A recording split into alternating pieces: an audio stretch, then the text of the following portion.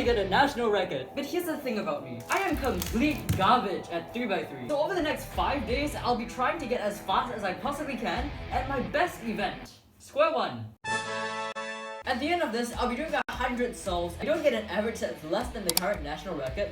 I'll have to live stream myself doing this 26-move algorithm 1,000 times. But first, I have to pick a cube. As of now, I own 2 Square Ones, the YJ MDC and the Yushin Little Magic. The MDC is newer and better, but since I've already used it so much, I've already broken 3 edges with it. The only problem is that the likelihoods of things like this happening are a lot higher. Because of this, I've modified my Yushin Little Magic to make it better, but right now I don't know if it's better than the MDC. So let's find out. I'm doing an average of 12 solves on each cube, and I'm picking the one that I did best on. At the end, I did way better on the MDC, even though it did pop a lot. The Yushin Little Magic was just really hard to turn, and it also was kind of slippery, but that might be because I added too much lubricant. Also, just a side note, don't add too much lubricant to your cube if you already know it's gonna pop a lot. You're gonna go through living hell. So before we get into what happened these last 5 days, we need to know one thing first. How do you actually solve one of these? Well, when you first get a Square One in its scrambled state, it looks like something that's come straight from the depths of the cosmos or something. Look at this! What is this? So the obvious first step is to turn the cube back into its original shape just using an algorithm. After that, you solve the top and the bottom of the Square One, and then you permute the corners, followed by the edges. But beware, fellow cubers, sometimes you might get this impossible case, which is also called parity. Well, that was cringe! So currently, the method that I use is called scallop kite or scallop. I now realize that sounds really weird to say out loud. The way that this method works is by reducing the cube into the shape of a scallop and a scallop, or the shape of a scallop and a kite, and then you solve it with just one algorithm. Also, to whomever created this, how is this a scallop? And how is this a kite? Have you not flown a kite before? This is not a kite. You can't throw it and fly. It falls. It's not a kite. I am very annoyed at this. So I went ahead and learned full cube shape, which has a total of 90 algorithms. I am in Spain without the S. Thankfully, this took a lot less longer than I expected, because I was a lot less of memorizing algorithms and just a lot more of remembering what shapes to reduce the cube to. So what's different about this method is that instead of reducing it to just 2 cases, you reduce it to a lot more. The much harder part of this was actually learning to execute the algorithm quickly enough. In order to train this, I went to this website that would give me random cube shape cases, and I'll practice executing them as quickly as I possibly could. And the only problem with this is that the cube is actually most likely to pop when it's not in cube shape and you're turning it. Which means... So on this day, I focused on orienting both of the sides as quickly as I possibly could. Now, what I would normally do is just go and solve the corners first, followed by solving all the edges. So I went and used another website which would give me random cases, and what I would do is put a cube cover over the cube, start the timer, remove the cube cover, and then start solving.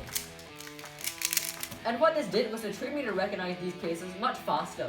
And after that, as always, I went and did a few solves, and that's when something really crazy happened. I got a 5.28 second single.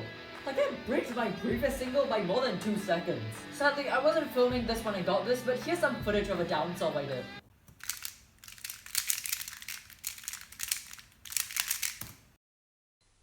So on day 3, I focused on permuting the corners. How else can you permute the corners? It doesn't look ahead to. Well, 4-year-old with a very annoying voice, you don't have a mouth, so you can't say anything. What does that have to do with it? No. He's got a point. When you're orienting the edges, the positions of the corners on the cube don't actually change. So because of this, you can actually tell what the corner permutation is even before you get to that step. So what I did instead was I used the same website and did the exact same thing, except right after solving both sides, I stopped the timer, closed my eyes, and tried my best to permute the corners. And in the end, this really helped to reduce the pauses by... I hate voice crack. It really helped to reduce the pauses a lot. Right after that, I went ahead and did a bunch of solves, and somewhere in between, I was on my way to getting a sub 10 average of 5. And if I could get a solve that was sub 10 seconds on my 4th or 5th solve, I would be guaranteed to get a sub 10 average. Best of all, it would be my first time getting an average of 5 that subbed the national record, which is 10.14 seconds. I probably should have said that earlier, but we are too far into this tick to do anything. And on my 4th solve, I got a 16 because I messed up pretty badly somewhere, so it all came down to the last solve.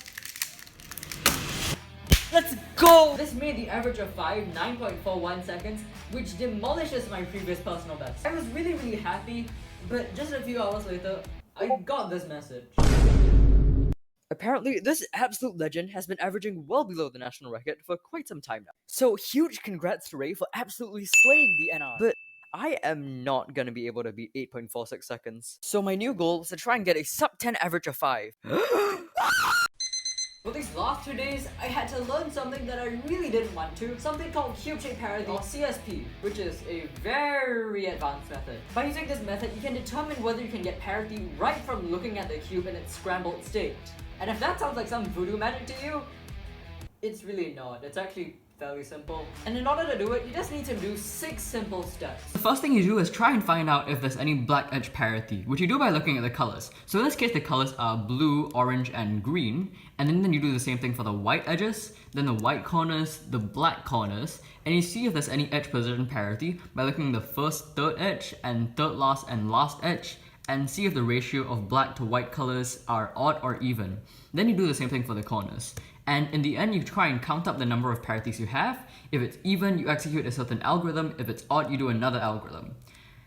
Okay, that was a horrible tutorial, but if you want to know more, check out the description. When I went into this, I actually knew how to trace, but I was like really bad at it, and I only knew one case. In fact, remember that 9.09 second solve? I had actually done CSP there as well.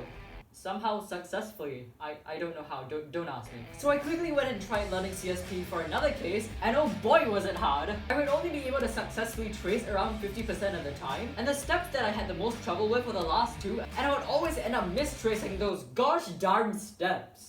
I really don't like this puzzle. And after hours of unsuccessfully doing CSP, I just gave up and went to bed, like I always do. And finally, this leads us to day 5, which is actually today. And this morning, I did some research, which I probably should have done yesterday, and I realized why I was so inaccurate and took so long. In fact, there's actually a much more accurate and easier way to do it, which I didn't notice before, and I am so mad at myself for not noticing it. But once I changed it up, I was able to trace so much faster. Do your research, kids. And I quickly tried learning some other cases, and in the end, I was able to learn 4 of them. And right now, it's like 9 PM-ish, and it's time for me to do my average of 100. Wish me luck, please.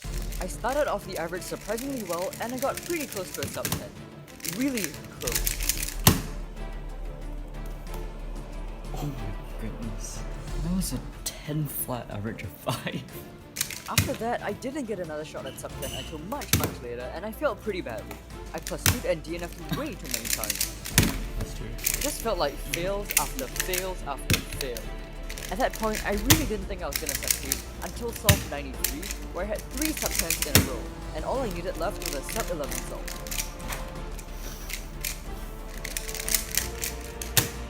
After that, I had one last chance.